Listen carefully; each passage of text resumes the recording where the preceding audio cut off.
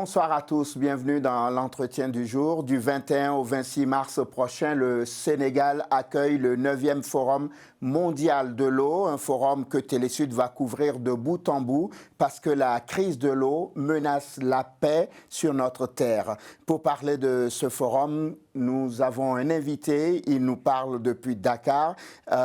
Il est spécialiste de l'environnement et de l'assainissement. Il est le directeur de l'assainissement du Sénégal. Omar Sène, bonsoir. Bonsoir, Ahmed. Merci d'avoir accepté notre invitation, Omar Sène. Je le disais tout à l'heure, le Sénégal, votre pays, accueille donc dans quelques jours le 9e Forum mondial de l'eau. En tant que directeur de l'assainissement du Sénégal, j'imagine que c'est une fierté pour vous. Oui, une très grande fierté, un honneur pour nous de pouvoir abriter cet événement de dimension internationale ici au Sénégal, terre de la Teranga, au niveau de notre pays. Donc cet événement, en tout cas, traduit la confiance accordée par la communauté internationale à notre pays dans l'organisation de tels rendez-vous. C'est aussi une victoire, disons, de la diplomatie du Sénégal, notamment de la diplomatie de l'eau, et également une reconnaissance des efforts que notre pays a consentis pour aider ces populations à avoir un accès à des services d'eau et d'assainissement adéquats. C'est aussi, enfin, une reconnaissance de la place que notre pays occupe dans le concert des nations, dans les plateformes qui s'occupent des questions d'eau et d'assainissement à l'échelle internationale. Monsieur Omar Sène, au fil des années, on a vu que le nombre de personnes qui participaient à ce forum est passé de quelques centaines à des dizaines de milliers de personnes de la communauté internationale. À quoi liez-vous cet intérêt grandissant des participants et surtout, que représente cette édition pour, on va dire, la communauté de l'eau et de l'assainissement? En fait, cet intérêt est le résultat du plaidoyer qui a été fait, mais également de la communication qui est faite autour de ce rendez-vous international de l'eau. Cela a amené en tout cas une prise de conscience des acteurs, que ce soit des acteurs au niveau institutionnel, au niveau des États, des acteurs de la société civile, disons des partenaires techniques et financiers, mais surtout également des communautés qui ont pris conscience de la nécessité d'accorder plus de crédit, plus de, disons, d'importance aux questions liées à l'eau et à l'assainissement. Donc, c'est tout cela qui fait qu'aujourd'hui, nous avons un forum qui suscite un engouement certain auprès de la communauté internationale, mais également de tous les acteurs qui s'intéressent à ces questions-là. Parce que l'eau, l'assainissement sont des priorités. Le thème de ce forum, c'est la sécurité de l'eau pour la paix et le développement durable. Je me demandais pourquoi les organisateurs ont collé le thème de la paix à celui de la sécurité de l'eau et surtout, quelle est finalement pour vous la place de l'assainissement dans tout ça? Vous savez, il y a trois thématiques majeures au niveau de cette expression: la sécurité de l'eau, la paix et le développement durable. Ça, je pense que c'est trois mots, trois expressions assez fortes qui traduisent tout l'intérêt que la communauté internationale doit accorder à l'eau et à l'assainissement. Lorsqu'on parle de sécurité de l'eau, c'est la sécurité, en tout cas, disons, de nos consommations. Faire en sorte de consommer, d'utiliser l'eau que nous avons sans pour autant disons, compromettre les besoins en eau de nos générations qui viendront après, c'est-à-dire les générations futures. Ça, quand même, c'est un message fort, surtout par rapport aux questions de développement durable. L'autre élément également, c'est quand on parle de sécurité de l'eau aussi, c'est la sécurité par rapport à la qualité de l'eau. Qualité afin qu'on puisse avoir de l'eau, disons, avec une qualité adéquate pour les différents usages, que ce soit la consommation domestique, que ce soit aussi au niveau, disons, de l'agriculture, de l'élevage, de l'industrie et des autres usages. Sécurité de l'eau aussi, c'est également la sécurité des installations qui servent à l'alimentation des communautés à l'eau, mais aussi les questions de diplomatie de l'eau avec les organismes, disons, de bassin, afin qu'on puisse avoir de l'eau en quantité, mais également en qualité, qu'on puisse, comme j'ai dit tout à l'heure, préserver en tout cas les besoins des générations futures. Maintenant, pour l'assainissement aussi, c'est important parce qu'on ne peut pas lorsqu'on parle de l'eau avec grand E, Eh bien, on parle évidemment de l'assainissement. Parce que l'assainissement, les questions de qualité de l'eau, également les questions de sécurité par rapport à la préservation de la ressource également sont des questions relativement qui sont liées aussi à l'assainissement. Parce qu'aujourd'hui, vous n'êtes pas sans savoir qu'on parle de plus en plus d'économie circulaire, que les eaux qui sont rejetées puissent être, qu'on puisse avoir des solutions adéquates, qu'on puisse les traiter et qu'on les réutilise donc dans les secteurs, disons, de développement. Monsieur Sen, on m'a dit que le format de cette édition sera un format différent des autres éditions. À quoi on doit s'attendre rapidement? En fait, un format différent, oui, parce qu'à côté des expositions classiques, nous aurons ce qu'on appelle le village africain. Donc, un espace, disons, d'exposition, un cadre de sensibilisation, d'information et d'échange, en tout cas, qui va nous permettre de faire part de nos préoccupations, des enjeux, mais aussi des défis auxquels l'Afrique fait face en matière d'eau et d'assainissement.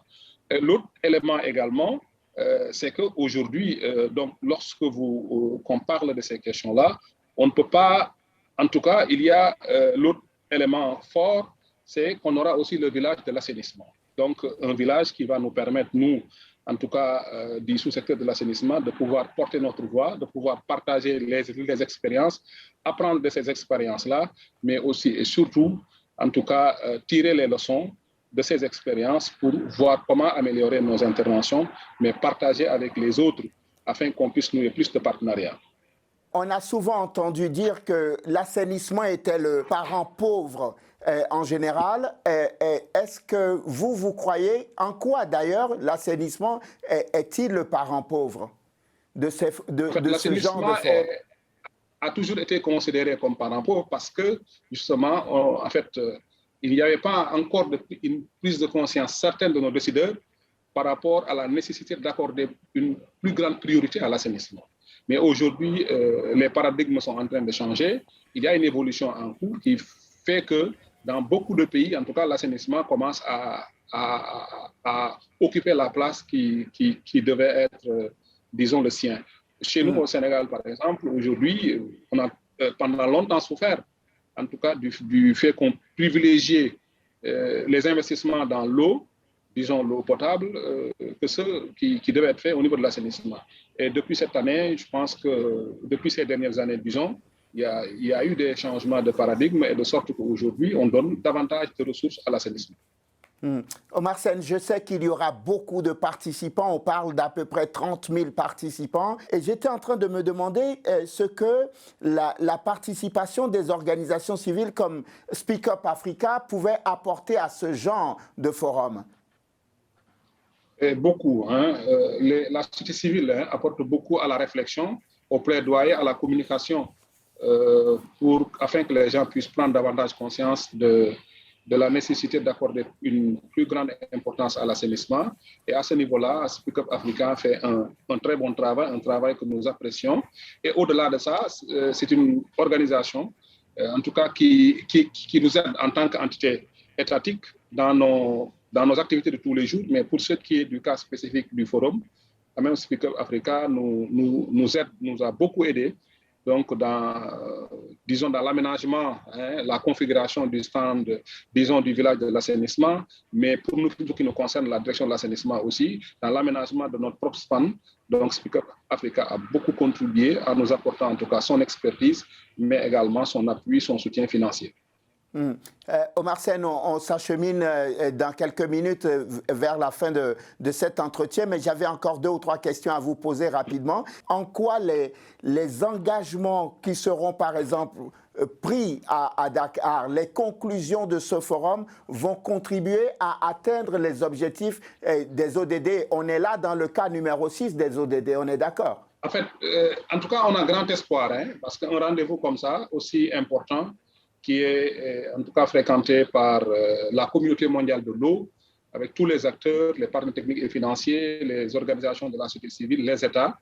C'est une opportunité, une grande opportunité pour nous, notamment nous les pays africains, de pouvoir trouver en tout cas des partenariats pour faire face aux défis, notamment ceux qui sont liés disons aux ODD, notamment l'ODD 6 6.2, mais également 6.3 et les autres, disons, ODD qui sont relatifs à l'eau et à l'assainissement. On parlait du Sénégal, votre pays, tout à l'heure. Chaque fois que j'ai l'occasion de parler avec vous, j'aime vous demander où est-ce que vous en êtes maintenant dans la couverture universelle en eau et en assainissement. En fait, disons, permettez-moi peut-être de me focaliser sur le sous-secteur de l'assainissement. Et à ce niveau, je voudrais rappeler qu'avec l'avènement des ODD, nous avons réajusté déjà notre cadre, si vous voulez, stratégique et politique, en élaborant une nouvelle lettre de politique sectorielle, ensuite en mettant en place des stratégies, disons, sectorielles, notamment la stratégie nationale de l'assainissement rural, la stratégie nationale de l'assainissement des gros centres ruraux. Vous avez également une troisième stratégie, c'est la stratégie nationale de l'assainissement qui va fédérer toutes les orientations contenues dans les deux stratégies que je viens d'évoquer. Tout cela nous a permis de mettre en place un cadre aujourd'hui qui nous a permis de faire des bons assez significatifs. Déjà en 2015, nous étions pour l'assainissement urbain à 62,2%, pour l'assainissement rural à 38,7%. Et depuis de 2015 à maintenant, au bout de 7 ans, nous avons fait 12 points, un gain de 12 points, ce qui fait qu'aujourd'hui, pour l'assainissement urbain, nous sommes à 74%, et pour l'assainissement rural, nous sommes à 50,7%.